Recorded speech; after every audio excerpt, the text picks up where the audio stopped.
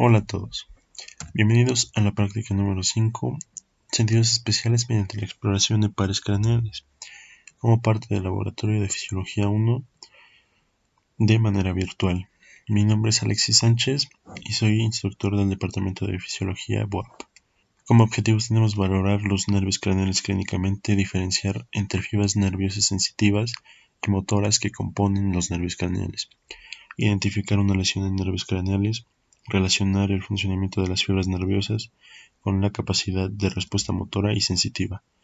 Lo que necesitamos saber son qué pares craneales son sensitivos, motores y cuáles mixtos, para qué sirve cada par craneal, cómo proceder a explorar el funcionamiento de cada par craneal y definir qué es un sentido especial y por qué se denominan de esta manera. En el contenido tenemos que hablaremos de una introducción a pares craneales, hablaremos del tipo, origen y función de cada par craneal. La exploración física estará a cargo de mi compañero instructor Juan Blanco. Como materiales van a utilizar una venda de 10 centímetros, alcohol, tabaco, perfume, café, jabón, bolígrafo, una brocha pequeña, tubos con agua, sal, azúcar, limón, abatalenguas, torundas de algodón, una lámpara y un martillo de exploración. Ahora, como tal los pares craneales, vamos a tener que van a ser 12 nervios que pueden ser de tipo sensitivo, motor o mixtos, que van a formar parte del sistema nervioso periférico. Entonces tenemos que dichos son como tal sensitivos, tenemos al nervio olfatorio, al nervio óptico y al vestíbulo coclear. Como motores tenemos al oculomotor, al troqueal, al nervio abducens, al accesorio y al hipogloso. Y como nervios con función mixta tenemos el trigémino, al facial, al glosofaringeo y al vago. Dentro de cada nervio podemos clasificar sus componentes con base si la información fluye hacia el centro o hacia la periferia. Si la información fluye de la periferia hacia el centro, decimos que es una fibra aferente, cuya función va a ser sensitiva. Si la información va del centro a la periferia, tenemos que es una fibra eferente. Ahora, tenemos que también se pueden clasificar en somáticas y viscerales. Si inerva estructuras que son derivadas de los arcos branquiales, se denominan viscerales. Y si no son derivadas de ahí, pues se les dice somáticas. Y posteriormente también los podemos clasificar en generales y especiales. Si son especiales, pues es un grupo, un subgrupo, por ejemplo, especializado y acumulado en ciertas partes, como lo pueden ser las células receptoras de ciertos tipos de sensibilidad, como la visión, como el olfato o el gusto, incluso también el equilibrio. Entonces, dichos receptores para los sentidos están agrupados en ciertos lugares, como en el caso de la visión, la retina. En el caso del olfato vamos a ver la mucosa olfatoria y así. Entonces, de la parte de los que son generales, pues van a ser otras estructuras que van a poder dar sí cierto tipo de sensaciones, pero van a ser de tipo general, como la propiocepción, la temperatura, el dolor o la presión o el tacto. Y también dentro de las estructuras generales o somáticas generales podremos ver músculos estriados de tipo somático. Ahora vamos a ver par por par. Primero el nervio olfatorio es un nervio de tipo sensitivo puramente con fibras aferentes viscerales especiales. Entonces tenemos que es especial y entonces va a estar concentrándose como tal en su origen real como células receptoras olfatorias en la mucosa de la parte superior de la cavidad nasal. Entonces sus células receptoras van a tener dos polos uno que va hacia distal y como tal el que va hacia central va a ser el que forme los nervios olfatorios que van a estar cruzando la lámina cribiforme del etmoides, haciendo sinapsis en el bulbo olfatorio. Posteriormente se va a transformar en tracto olfatorio y se va a dividir en estrías olfatorias, una medial que los comunica y una lateral que va hacia la corteza para que los estímulos olfatorios se hagan conscientes, y va a la corteza olfatoria primaria que se constituye principalmente por lo que es el área periamigdalina y prepiriforme, y también establece conexiones con la corteza olfatoria secundaria que corresponde a lo que es el área 28 de Brodmann. Ahora el nervio óptico es también de tipo sensitivo, tiene aferentes somáticas especiales, ya que pertenece al sistema nervioso de la vía de relación, y pues al ser un sentido como la visión es especial, va a tener un origen como tal en la capa ganglionar de la retina.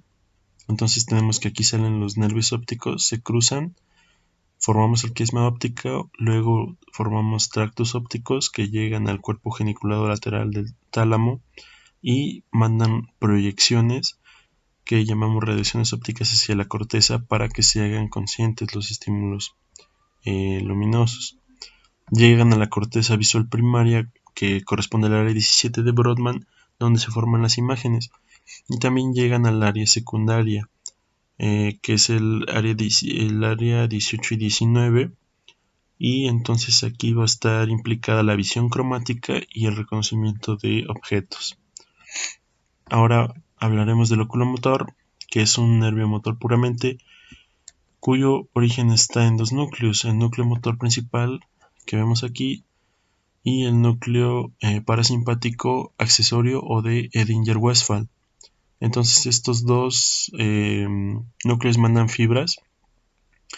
En el caso del motor manda fibras eferentes somáticas generales para inervar músculos normales, y tenemos un componente eferente visceral general del parasimpático. Entonces se juntan estas fibras que salen a través de la fosa interpeduncular a nivel del mesencéfalo, y aquí estaría su origen aparente. Como tal, dentro de las funciones motoras somáticas generales, va a inervar al elevador del párpado superior, va a girar el globo ocular hacia arriba, hacia abajo y hacia adentro, ya que inerva los rectos superior, inferior y medial. También presta inervación al oblicuo menor o inferior que vemos aquí en la imagen.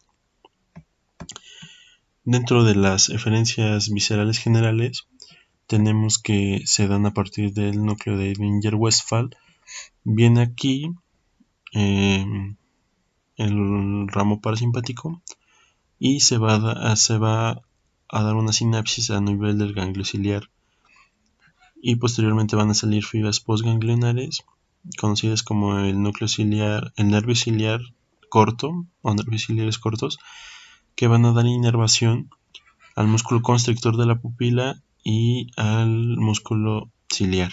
Entonces van a estar implicados en la contracción de la pupila que se necesita cuando nosotros queremos hacer vista cercana o el reflejo de acomodación. Entonces, cuando vemos un objeto de cerca, los nervios mediales, o los músculos mediales de los rectos mediales van a hacer que se cambien los ejes de los ojos, se converjan, se contrae la pupila, modificando los haces de luz que entran, los van a hacer más centrales, y se va a contraer el músculo ciliar que abomba el cristalino y aumenta su poder de refracción. Entonces es como podemos hacer la vista cercana. Ahora también hay reflejos a este nivel, que tenemos al fotomotor y al fotomotor indirecto o consensual, y estos reflejos se dan a través de un estímulo luminoso que tienen que viajar por una vía aferente que va a ser como tal el nervio óptico. Entonces, a partir de ahí se van a estar estableciendo sinapsis a nivel del mesencéfalo que van a llegar hasta el núcleo motor, y se van a estar dando contracción directa del ojo estimulado.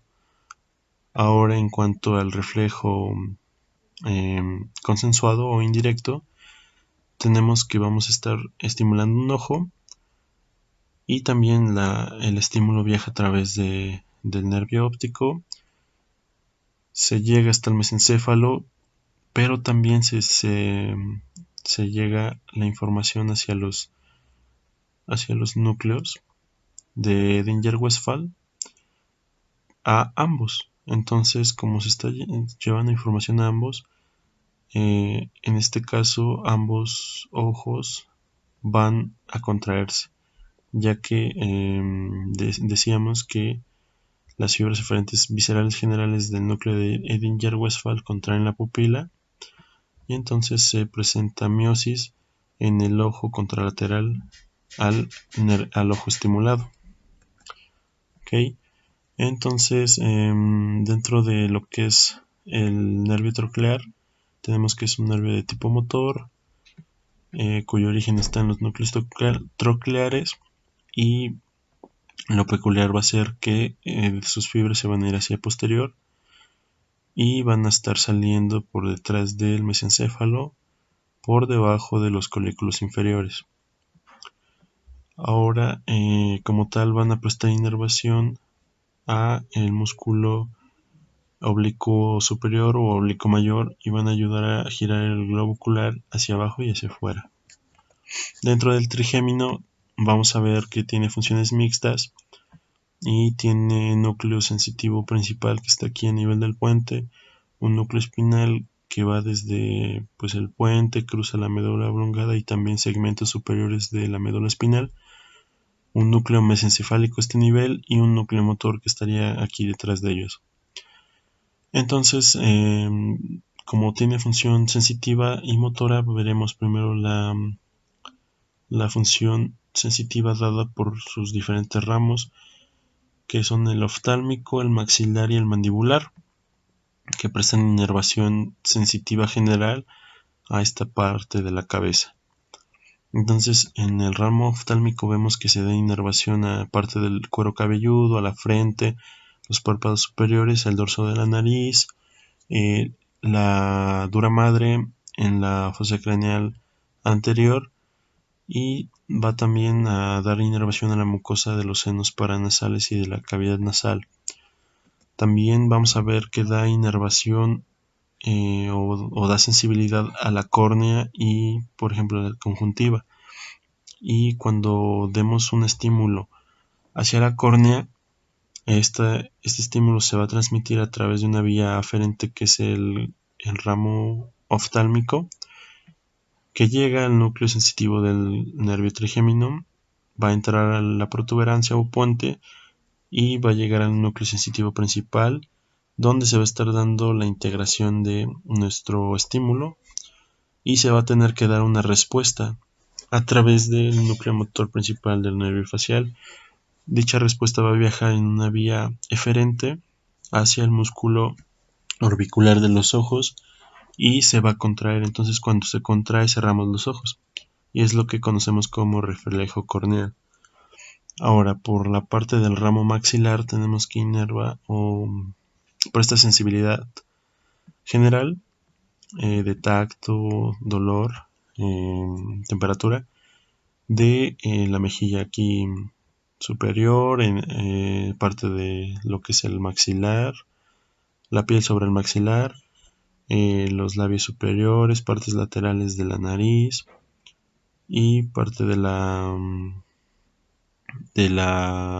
los dientes del maxilar, también de la mucosa nasal y del seno maxilar y del paladar. Ahora, por parte del ramo mandibular tenemos que tiene dos componentes, tanto somático general y también tiene una parte motora que va a ser eferente visceral especial, y va a ser visceral especial ya que da inervación a músculos derivados del primer arco branquial, que son los músculos de la masticación, que son el temporal, los pterygoideos interno y externo y el macetero. También va a dar inervación al músculo miloioideo, al vientre anterior del digástrico, al tensor del velo del paladar y tensor del tímpano. Y por la parte somática general va a estar inervando aquí a la región mentoniana, al labio inferior, al ángulo temporomandibular, parte del pabellón auricular, y también va a dar inervación a la parte de la dura madre, en la fosa craneana media, en las partes laterales. También va a dar inervación a la mucosa de la boca y parte anterior de la lengua, pero acuérdense que es sensibilidad general, no de tipo especial. Ahora, por parte del nervio abducens tenemos que es puramente motor y su origen va a estar en el núcleo motor del abducens, que está aquí, ahora ya a nivel de la protuberancia. Entonces va a mandar fibras eferentes somáticas generales que van a estar saliendo a nivel del surco o la unión pontomedular para inervar al músculo recto lateral que gira el globo ocular pues lateralmente. Aquí lo tenemos, el recto lateral.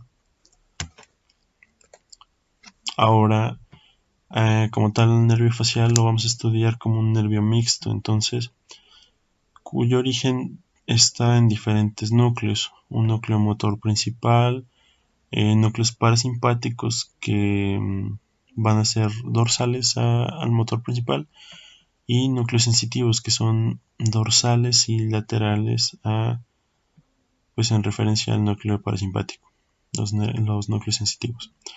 En cuanto a sus funciones, tenemos diferentes. En la parte motora se mandan eferencias viscerales especiales, ya que va a estar inervando a músculos derivados del segundo arco branquial, que son los músculos de la expresión facial. También va a dar inervación del músculo del estribo, el vientre posterior del digástrico y músculos estiloioideos. Entonces sus fibras van a estar aquí saliendo del núcleo motor principal y van a estar rodeando como tal al núcleo del nervio abducens y saliendo por la unión pontomedular laterales a lo que sería el nervio abducens. Ahora tenemos en la parte sensitiva que va a mandar aferencias o va a recibir más bien aferencias viscerales especiales. Viscerales especiales porque va a ser implicado en sensibilidad especial, que por ejemplo es el gusto de los 2/3 anteriores de la lengua. Y este núcleo sensitivo que está de este lado va a estar siendo parte en realidad de un núcleo que conocemos como el núcleo del tracto solitario en su parte superior. Ok, entonces también se va a estar dando sensibilidad especial del piso de la boca y del paladar hacia este núcleo. Ahora, como fibras aferentes somáticas generales, va a estar dando inervación general de dolor, temperatura, tacto, de parte del conducto auditivo externo y parte de la membrana timpánica. Entonces estas aferencias van a llegar hacia el núcleo espinal del trigémino, que ya habíamos mencionado previamente, que es muy largo y va a estar compartido por otros pares craneales. Y ahora por último, la parte parasimpática, que estaba dada por el núcleo salivar superior y lagrimal, tenemos que va a mandar eferencias viscerales generales. Y estas eferencias viscerales generales van a salir también a inervar ahora a glándulas salivales submandibulares y sublinguales, y también a la glándula lagrimal. Entonces en conjunto todas estas aferencias van a estar pasando a través de la unión pontomedular, pero ahora laterales, ahora al nervio abducens, y este va a ser su origen aparente. Ahora, en cuanto al nervio vestíbulo coclear, tiene dos componentes que vamos a ver por separado. El nervio vestibular, que es puramente sensitivo, que tiene aferencias somáticas especiales, ya que es un sentido relacionado con el equilibrio, y con su otra parte sería la audición, cuyo origen en realidad va a estar a través del ganglio vestibular, que va a estar recibiendo información a través de los nervios ampollares, que vienen de los conductos semicirculares, y de los nervios maculares, que vienen del utrículo y el sáculo. Entonces recibe información del ganglio vestibular y va a estar mandando proyecciones que van a formar como tal al nervio vestibular, que va a estar entrando aquí en el surco retroolivar, y van a estar entrando aquí a este nivel para dar sinapsis con los núcleos vestibulares lateral, superior, medial y el inferior. Y entonces va a estar teniendo proyecciones hacia el cerebelo. A través del tálamo se va a conectar con la corteza para hacerse conscientes la información del equilibrio y de la posición de la cabeza, y también manda proyecciones hacia la médula espinal. Entonces, como tal, su función a través de los conductos semicirculares va a dar información de aceleración o desaceleración angular. Por ejemplo, cuando movemos la cabeza hacia pues una rotación, o cuando la inclinamos, da información. Y el utrículo y el sáculo va a dar información de aceleración y desaceleración de tipo lineal. En cuanto al utrículo, va a dar información horizontal, como cuando viajamos por un coche, por ejemplo, y el sáculo da información vertical, por ejemplo, cuando subimos por un elevador. Ahora, la parte coclear también es puramente sensitiva, da fibras aferentes somáticas especiales, y su origen va a estar como tal en el ganglio espiral de la cóclea. Entonces aquí tenemos la cóclea, que va a mandar información a través de prolongaciones que vienen desde células del órgano de Corti, donde se da propiamente la audición, y se recogen hacia el ganglio espiral. Y ya después el ganglio espiral manda otras proyecciones que van a estar formando ahora sí nuestro nervio coclear, que va a estar entrando al pedúnculo, a través del pedúnculo cerebeloso inferior, en sus partes anteriores y posteriores, para que haga sinapsis con los núcleos cocleares, el núcleo coclear anterior y el posterior. Entonces, a partir de aquí ya dan conexiones ipsi y contralaterales con los núcleos posteriores del cuerpo trapezoide. Y entonces se forma el lemnisco lateral, que asciende, y también dan sinapsis con lo que son los núcleos olivares superiores, y la información llega hasta los colículos inferiores del mesencéfalo, hacia los cuerpos geniculados mediales, y posteriormente a la corteza, donde se hacen conscientes los estímulos auditivos en la corteza auditiva primaria, área 41 y 42 de Brodmann. Entonces ahora sí ya tenemos los dos componentes del nervio vestíbulo coclear, que van a estar emergiendo o entrando por el surco retroolivar, ¿ok? Ahora, dentro de las funciones del nervio glosofaringeo van a ser mixtas. Entonces tenemos que tienen un núcleo motor principal, un núcleo parasimpático y núcleos sensitivos. Ahora, en la parte sensitiva tiene aferencias viscerales especiales. Al ser viscerales especiales, va a estar dando la sensibilidad especial, o sea, el gusto de la porción o del tercio posterior de la lengua, y también de la orofaringe. Entonces, esta parte va a estar conectándose con lo que es el núcleo del tracto solitario en su porción superior, que ya habíamos mencionado. Entonces estas fibras van a estar llegando, pero a través de lo que son los ganglios inferiores y superiores glosofaríngeos, que están a este nivel, y ya posterior a estos ganglios se va a estar formando como tal el nervio glosofaríngeo. Entonces va a estar estableciendo aquí sinapsis con el núcleo del tracto solitario. Y ahora, en cuanto a la información aferente somática general, pues también va a dar inervación al tercio posterior de la lengua, de la orofaringe y de la caja del tímpano, parte de la membrana timpánica y la tuba auditiva, sensibilidad general de temperatura, dolor, etc. Y en cuanto a las fibras aferentes viscerales generales, tenemos que es interesante ya que prestan inervación o llevan información de los senos carotídeos y el cuerpo carotídeo. El seno carotídeo es un barorreceptor y el cuerpo carotídeo es un quimiorreceptor. Entonces van a estar igual entrando sus fibras y van a estar llegando a lo que es el núcleo del tracto solitario, pero en la parte inferior. Y las fibras aferentes somáticas generales van a estar llegando al núcleo espinal del trigémino. Por la parte motora tenemos fibras aferentes viscerales especiales. Son viscerales especiales ya que inervan al músculo que es derivado de el tercer arco branquial, que es el músculo estilofaríngeo, que está implicado en la deglución.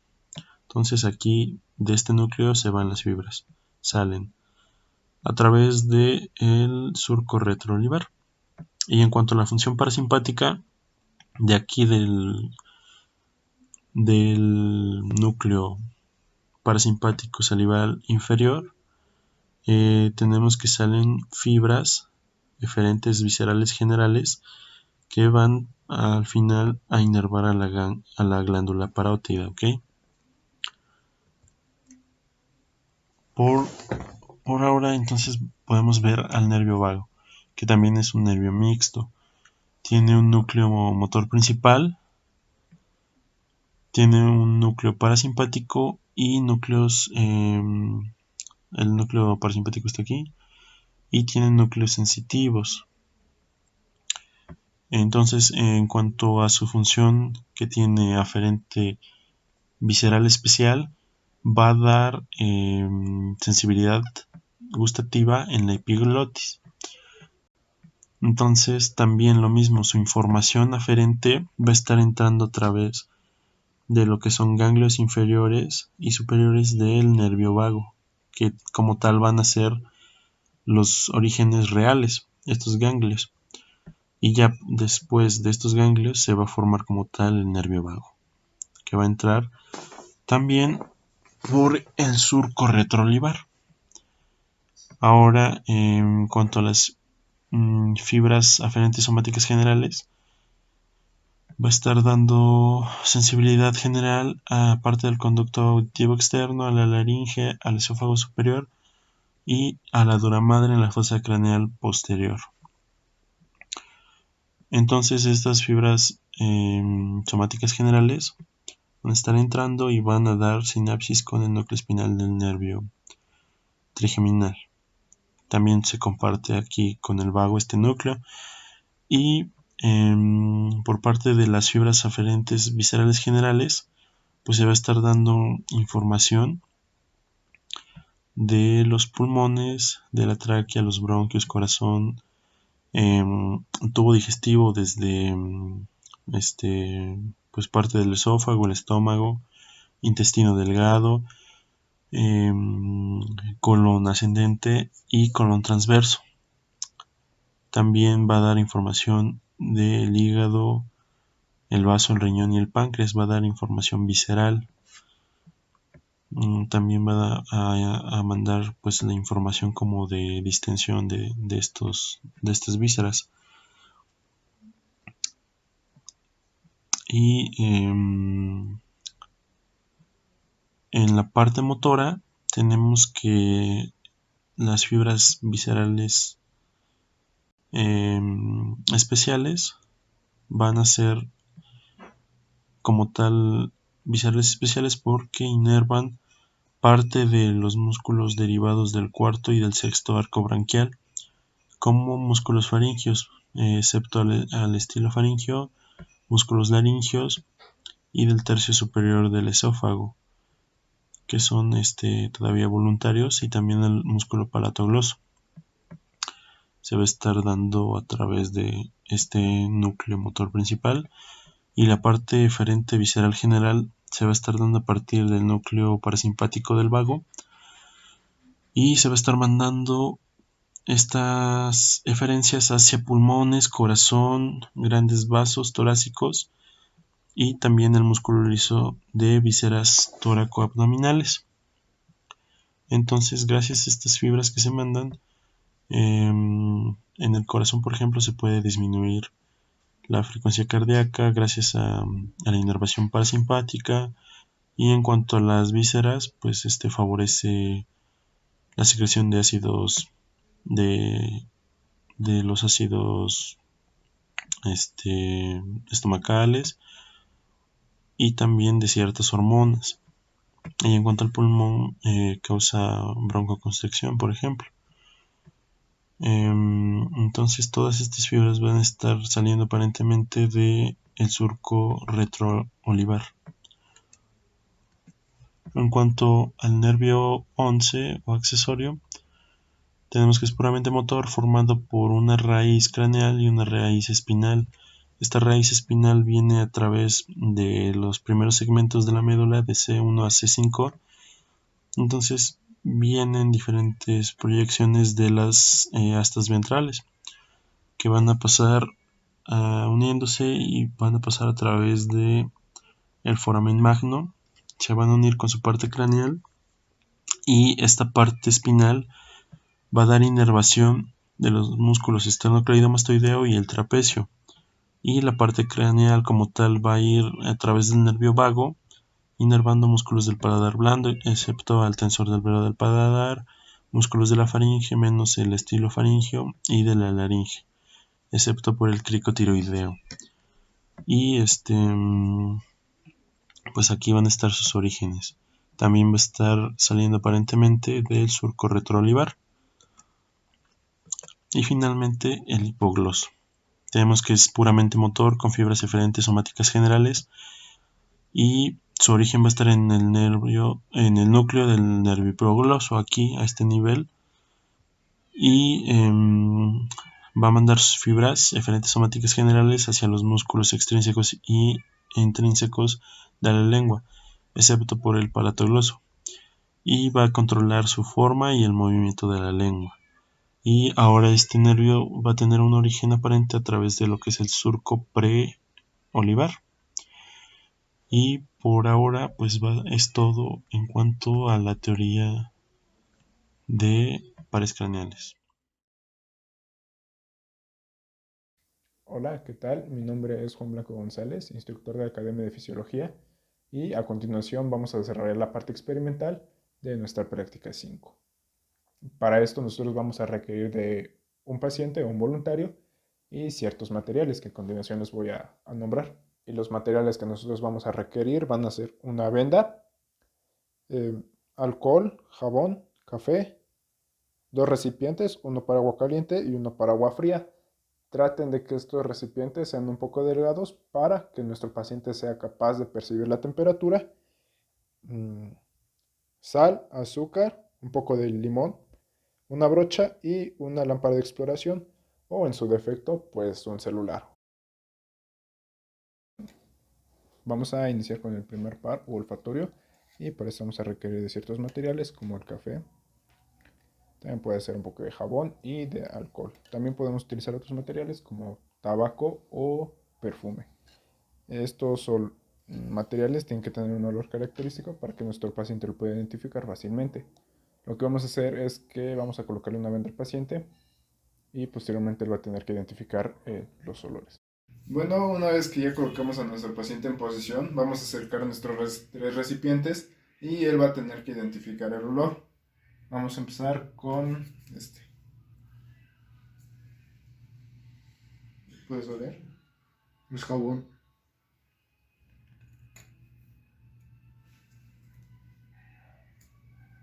Vamos a ver. Alcohol. Y café. Bien.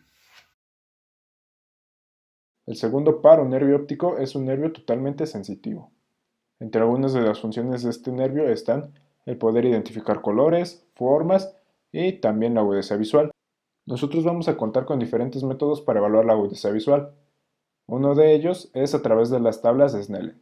Estas tablas van a ser unas tablas tabuladas, como lo estamos viendo de este lado, y nos van a indicar que un 20/20 es una visión ideal o una visión correcta. Estas tablas van a tener la característica de que deben estar situadas a 6 metros para que el paciente sea correctamente valorado. Para evaluar al paciente nosotros vamos a indicarle que se tape un ojo y que deje abierto el otro ojo. Siempre se va a iniciar explorando el ojo derecho y tapando el ojo izquierdo. Posteriormente nosotros vamos a ir señalando letra por letra y nivel por nivel y el paciente tiene que decirnos qué letra es en cada nivel. En el punto donde el paciente ya no pueda diferenciar entre las letras va a ser ese punto donde nosotros lo vamos a tabular. Unas variantes de estas tablas o de la tabla de Snellen es la E de Bagolini y la C de Landau. Otro método para evaluar la agudeza visual y si no contamos con las tablas de Snellen es a través del método de cuentadedos. En este método nosotros vamos a colocar la mano enfrente del paciente y vamos a ir levantando o bajando nuestros dedos y el paciente tiene que decirnos cuántos dedos ve. Si el paciente dice que no ve nada o que no puede contarlos, utilizaríamos otro método que es el movimiento de manos. Este movimiento de manos lo vamos a realizar igual frente al paciente y vamos a mover nuestra mano hacia un lado o hacia el otro. Si el paciente refiere que no se mueve la mano, a pesar de que nosotros la estemos moviendo, utilizaríamos otro método que sería la percepción de luz. Aquí nosotros colocamos nuestra lámpara de exploración sobre el ojo y el paciente nos tiene que decir si percibe o no la luz. En caso de no percibir la luz, estaríamos ante un ojo ciego o amaurosis. Para la discriminación de los colores, nosotros vamos a utilizar las tablas de Ishihara. Estas tablas van a contener un número en medio para la cual los pacientes con daltonismo no van a poder identificar. Como la técnica de cuentadedos. En este nosotros vamos a poner la mano y el paciente nos va a tener que decir cuántos dedos ve. 5, 2, 3, 2, 1, 0. Continuando con el tercer par o motor ocular común, vamos a recordar que este es un par motor y que va a inervar diferentes estructuras como el músculo elevador del párpado superior y tres rectos, el superior, el interno, el inferior y un oblicuo, que en este caso sería el inferior. También hay que recordar que inerva el esfínter de la pupila, así como el músculo ciliar. Para su evaluación nosotros le vamos a pedir al paciente que mantenga la cabeza en una posición fija y que siga un objeto con la mirada. Nosotros vamos a hacer un movimiento en 6 direcciones, que sería hacia arriba, hacia abajo, hacia un lado, hacia el otro y dos movimientos oblicuos, uno para arriba y otro para abajo. El paciente por lo tanto tiene que seguir el objeto con la mirada y también en este par vamos a evaluar el parpadeo del paciente, así como el reflejo pupilar y el consensual. Ahora, para evaluar el motor ocular común, lo que habíamos mencionado era que vamos a hacer un movimiento en 6 direcciones. Hacia afuera, hacia adentro, hacia arriba, hacia abajo, un oblicuo hacia afuera y otro hacia arriba. Esto lo vamos a hacer en ambos ojos por separado. Para evaluar el reflejo pupilar, nosotros colocaremos la luz directamente sobre nuestro ojo y posteriormente observaremos cómo se produce la miosis. Lo ideal es con una lámpara de exploración, pero no contar con estos materiales lo pueden realizar con la lámpara de su celular. Para el reflejo consensual, lo que nosotros haremos es colocar la luz directamente sobre un ojo y posteriormente vamos a tener que observar la miosis del lado contrario. El patético o troclear va a ser un nervio motor que va a inervar el músculo oblicuo superior. Este va a ser el encargado de dirigir la mirada hacia abajo y hacia afuera. Este par craneal debe ser evaluado por separado en cada ojo.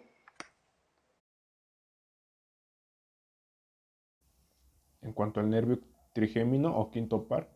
Este se va a tratar de un nervio mixto, por lo tanto va a tener una parte motora y otra parte sensitiva. Hay que recordar que este nervio se va a dividir en tres ramas, una rama oftálmica, una rama maxilar y una rama mandibular.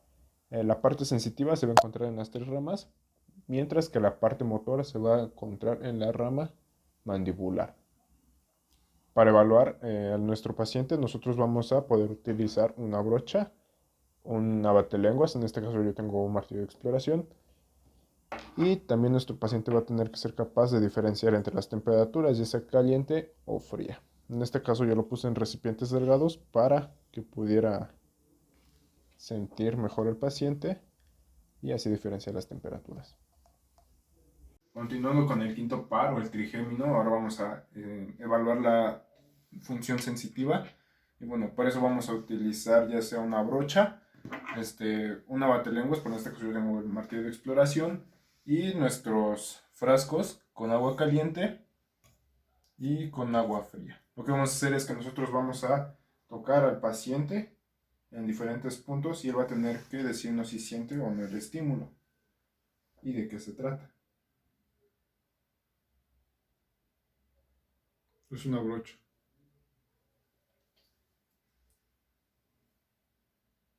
El martillo. Martillo. Y bueno, también tiene que ser capaz de identificar la temperatura.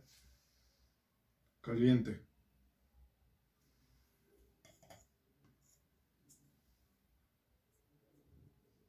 Frío.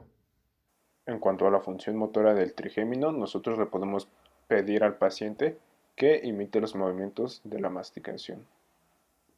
El motor ocular externo va a ser un nervio motor y va a ser el encargado de inervar el recto externo, por lo tanto va a dirigir nuestra mirada hacia afuera. Continuando con el séptimo par o el facial, ahora vamos a explorar la parte sensitiva de este par. Hay que recordar que el facial inerva el primer tercio de la lengua y por lo tanto nos va a ayudar a discriminar de sabores. Lo que vamos a utilizar aquí va a ser limón, café, azúcar y sal. Y lo que vamos a pedir a nuestro paciente que haga es que saque su lengua para que nosotros coloquemos estos sabores y él los puede identificar.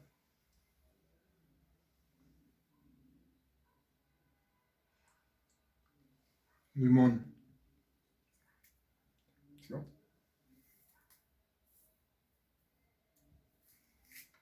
Azúcar.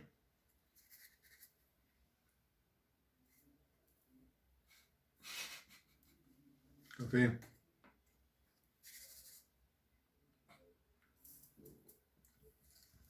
Sal. Para evaluar la parte motora del séptimo par, le pediremos al paciente que realice gesticulaciones como levantar las cejas, cerrar los ojos o incluso sonreír.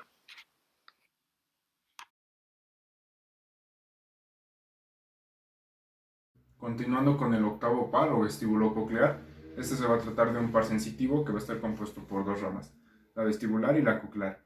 La vestibular va a llegar a inervar ciertas estructuras como los conductos semicirculares, el utrículo y el sáculo, y por lo tanto lo vamos a relacionar con la postura y el equilibrio.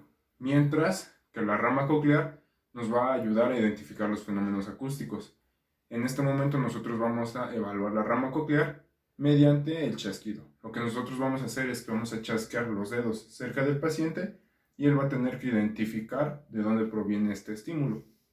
¿Listo?